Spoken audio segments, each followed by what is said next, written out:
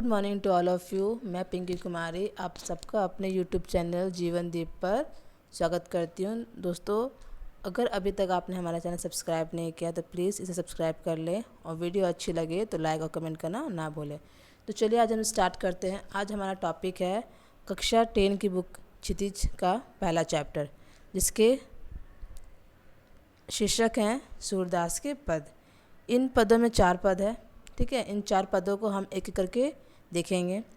इन पदों में बताया गया है कि जब श्री कृष्ण गोपियों को छोड़ मथुरा चले गए थे, तब गोपियाँ किस प्रकार उनके आने का इंतज़ार कर रही थी और उनके बिछड़न में किस प्रकार अपना जीवन व्यतीत कर रही थी।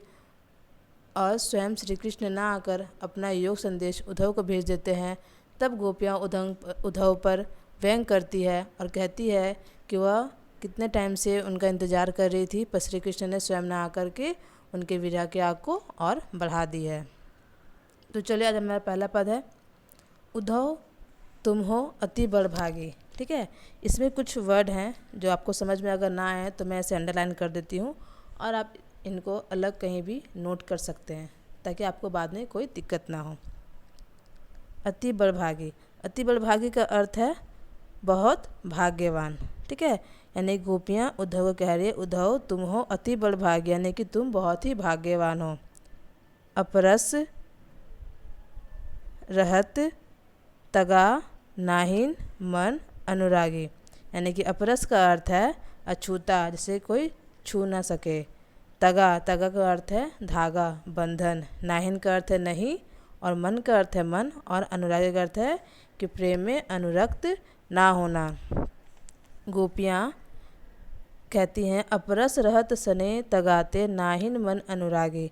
गोपियाँ श्री उद्धव पर कटाक्ष करती है और कहती है कि तुम श्री कृष्ण के साथ रहकर भी तुम्हारे मन में श्री कृष्ण के प्यार के तुम्हारा मन श्री कृष्ण के प्यार में अनुरक्त नहीं हुआ है। उनके प्यार का एक भी धागा तुम्हें छूकर नहीं गया है। तुम उनके प्यार से अनुरक्त हो, अभी भी तुम उनके प्यार में मुग्ध नहीं हुए हो। गोपियाँ उद्धव से कहती है।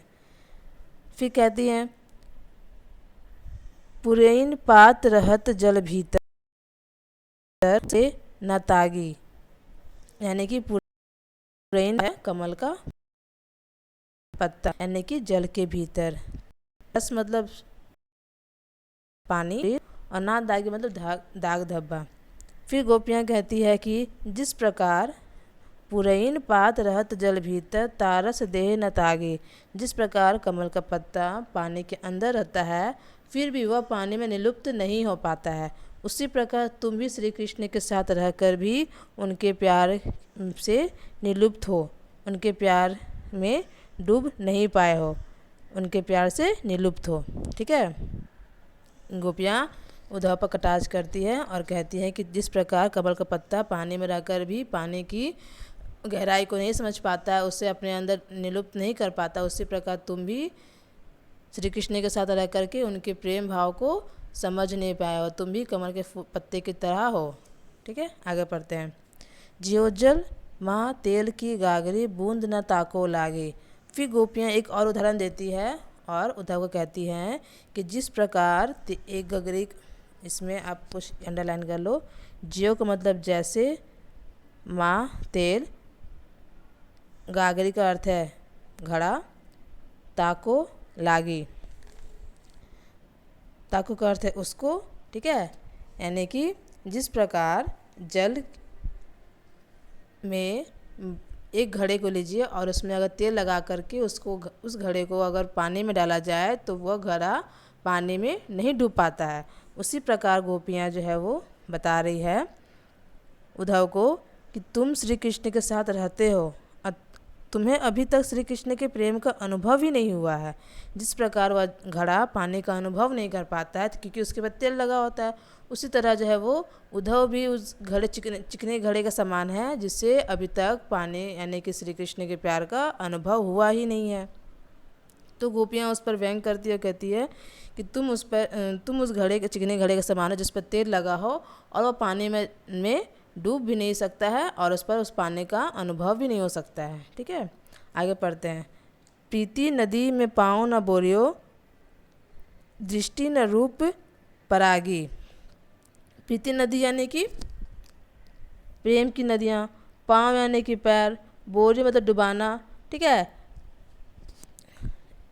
प्रीति नदी में पाँव न बोरियो, दृष्टि न रूप परागी, ठीक है।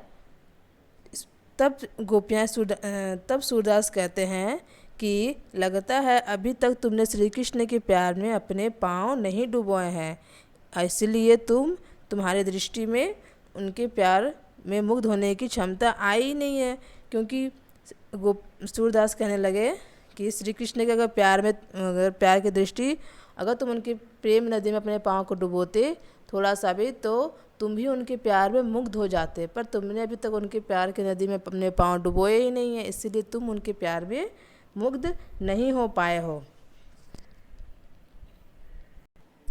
यहाँ पर आगे का अर्थ है, यानी कि वो पेज में सारा बात नहीं हो पाया था, इसलिए दूसरा पेज लगाया गया है। इसमें पर आगे का अर्थ है मुग्ध होना, ठीक है। तो सूरदास कहते हैं कि तुमने अभी तक श्री कृष्ण के प्यार में अपने पाँव को डुबोए ही नहीं हो, इसीलिए तुम उनके प्यार की जो दृष्टि है उनके प्यार में मुग्ध नहीं हो पाए हो। फिर सूरदास कहते हैं कि गोपियाँ कहने लगी, अबला हम भोरी गुड़ चाटी जो पागी।